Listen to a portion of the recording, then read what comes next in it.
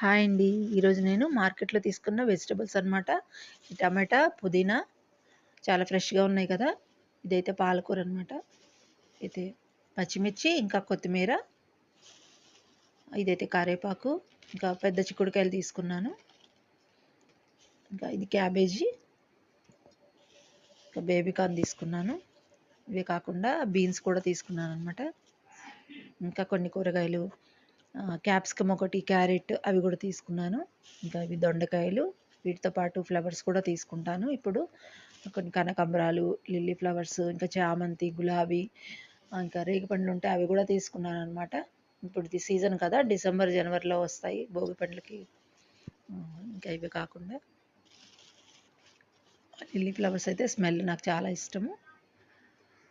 ఇంకా ఇవి దొండకాయలు.